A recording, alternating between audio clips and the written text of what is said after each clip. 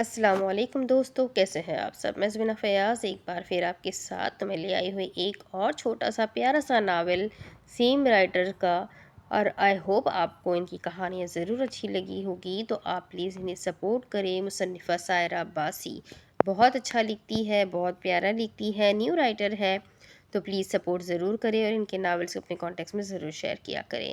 ساتھ ہی ساتھ اگر آپ میرے چینل پر نئے ہیں تو چینل کو سبسکرائب کر دیں، بیل آئیکن کو ضرور دبا دیں اور اپنے کانٹیکٹس میں شیئر ضرور کریں۔ تو چلیں شروع کرتے ہیں ان کے اس اگلے ناول کو۔ یہ ناول پبلشڈ ہوا ہے سفر آداب پر، اور اس ناول کا نام ہے سوٹڈ بوٹڈ چرسی۔ اس کی رائٹر ہے سائرہ طارق عباسی۔ تو چلیں شروع کرتے ہیں سوٹڈ بوٹڈ چرسی۔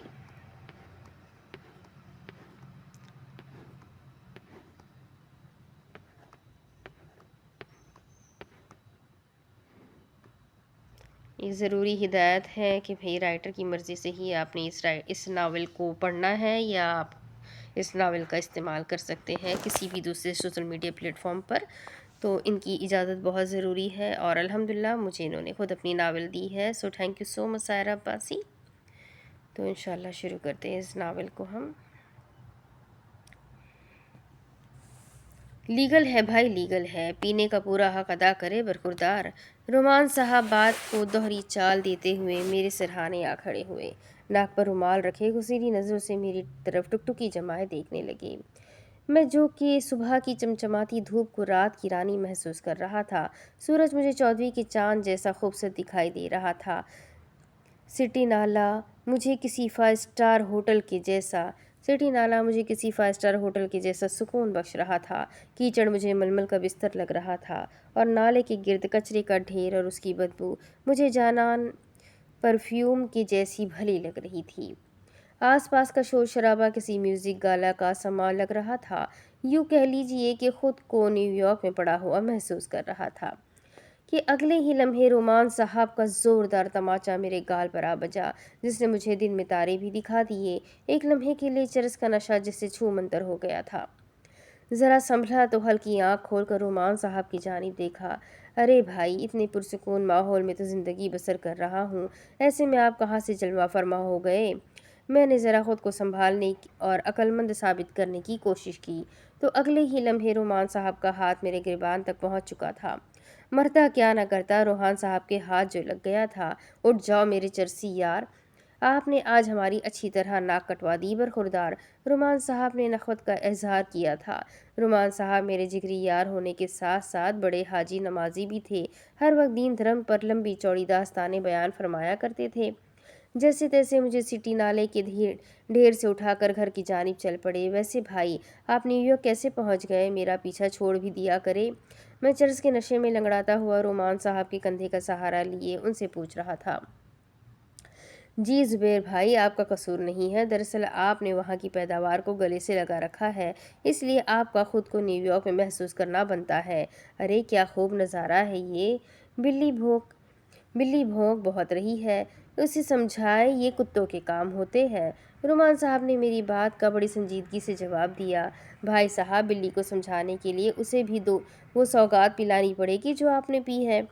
میں ذرا سوچ میں پڑا تو سامنے سے ریڑھی والے نے آواز لگائی، سبزی لے لو۔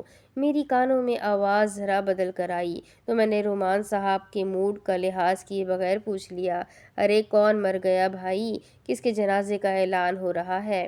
جس پر رومان صاحب نے اپنے غصے پر قابو رکھتے ہوئے جواب دیا، جی میرے بھائی ابھی ٹھہرے، آپ کو گدھا بھی ناچتا دکھائی دے گا اور گھوڑا سودا سلف بیچتا نظر آئے گا۔ اور میں زور زور سے ہنسنے لگا۔ رومان صاحب بڑی دیر تک خاموشی کے ساتھ میری بے تکی باتوں کو برداشت کرتے رہے۔ ابھی ہماری گفت و شنید چل ہی رہی تھی، ایک بھکاری سامنے سے لڑکھڑاتا ہوا رومان صاحب سے دائیں کندھے آ لگا۔ ارے پرے ہٹ نامراد! رومان صاحب نے اسے زوردار دھکا دے پیچھے کیا، ساتھ ہی میں بھی دھڑام سے زمین پر جا بجا۔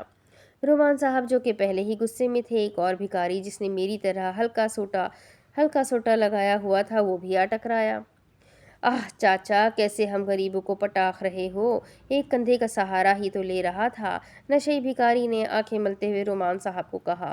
ہاں ہاں آ جاؤ سارے نشئی چرسی، آ کے میرے گلے لگ جاؤ، کیونکہ میں نے اس جہنم میں سارے کبیرہ گناہ کر رکھے ہیں۔ رومان صاحب غصے سے چلائے۔ چاچا کیوں چلا رہا ہے بھائی تو؟ کندھا نہیں دینا تو چند روپے ہی دے دو، کچھ پیٹ پوجا ہی کر لوں گا، بھکاری نے ہاتھ جوڑتے ہوئے کہا۔ رومان صاحب نے اس کی طرف غصے سے دیکھا اور آگے بڑھنے لگے کہ بھکاری ان کے قدموں سے لپٹ گیا۔ ارے بابا چند روپے ہی مانگے ہیں، دے دے۔ مجبور ہو کر رومان صاحب نے اسے 50 روپے پکڑا کر جان چھڑائی۔ میں جو کہ پاس زمین پر پڑا آنکھیں ملتے ہوئے دونوں کی جانب دیکھ رہا تھا، کچھ سمجھنے کی کوشش کر رہا تھا کہ رومان صاحب نے میری طرف بڑھ کر مجھے کھڑا کیا اور نحوست بھری لہجے میں کہنے لگے، اٹھ جائیے برخوردار، یہ ساری مصیبتیں آپ کی مرہون منت ہے، چلیے ذرا اب گھر پہنچتے ہی انہوں نے مجھے پٹاخ کے بیڈ پر دے مارا اور لاہول پڑنے لگی۔ کیسی مصیبت آن پڑی ہے؟ عظمت؟ کس کی عظمت؟ میں رومان صاحب کی بات سن کر بڑبڑایا۔ ارے او سوٹڈ بوٹڈ چرسی، ذرا سنبھل جائے تو ہم آپ کو سب سمجھا دیں گے کہ یہ کیسی عظمت کا چار چاند لگا چھوڑے ہیں آپ نے۔ اس بار رومان صاحب کافی سنجیدہ تھے۔ آخرکار میرے ہوش میں آتے ہی انہوں نے اپنی دین دھرم کی داستان بھی تو سنانی تھی۔ جیسے تیسے میرے ہوش بحال ہوئے تو اگلے روز بزنس کے سلسلے میں میٹنگ تھی۔ میں ہمیشہ کی طرح سوٹ بوٹ پہن کر تیار ہو کر آفس جا پہنچا، جہاں رومان صاحب سمیت باقی ساتھی میرے دیر سے پہنچنے پر افسردہ تھے۔ ہر شخص مجھے سوالیہ نگاہوں سے تکتا رہا اور میں کسی مجرم کی طرح ہاتھ باندھے سر جھکائے جیسے کمرے عدالت میں موجود تھا۔ میں نے معذرت چاہی، ساتھ ہی رومان صاحب نے لقب سے نوازتے ہوئے سب سے متعارف کروایا۔ ارے جناب ساتھیو، زیادہ افسردہ نہ ہو، یہ جناب بڑے سوٹڈ بوٹڈ چرسی ہے۔ آج کل ان کی صبح نیو یارک میں اور رات کراچی میں ہوتی ہے۔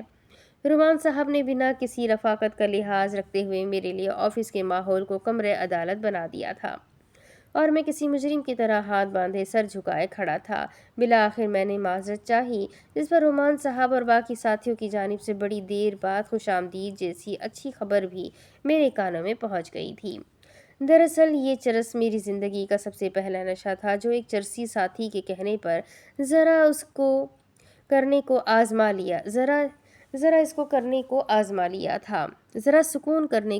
لیا تھا، مگر قسمت بھلی نہ نکلی۔ چرس کے لگائے ہوئے چند سوٹے میری زندگی کا سب سے بہترین سبق نکلے۔ کراچی شہر مجھے نیو یارک لگ رہا تھا، خود کو میں شہزادہ سمجھ رہا تھا، جبکہ میں نالے میں پڑا ہوا سوٹڈ بوٹڈ چرسی تھا۔ ختم شد۔ تو یہ کہانی یہی ختم ہوتی ہے۔ اس کے آگے دوسری بھی کہانی انہوں نے لکھی ہوئی ہے، آئی تھنک پلسرات۔ اچھا، یہ پلسرات کسی اور کی کہانی ہے۔ خیر، تو مجھے اجازت صرف ان سے ملی ہوئی ہے سوٹڈ بوٹڈ چرسی پڑھنے کی، تو میں نے یہ پڑھ دی۔ آئی ہوپ آپ لوگوں کو بھی یہ کہانی اچھی لگی ہوگی کہ جو چرس کرتے ہیں شاید وہ لوگ اپنے آپ کو نیو یارک میں ہی سمجھتے ہوں گے۔ تو انشاءاللہ ایک اور نئی کہانی کے ساتھ جلد ہی ملیں گے۔ تب تک کے لیے اپنا خوب سارا خیال رکھیں، مجھے بھی دعاؤں میں یاد رکھیں۔ اللہ حافظ۔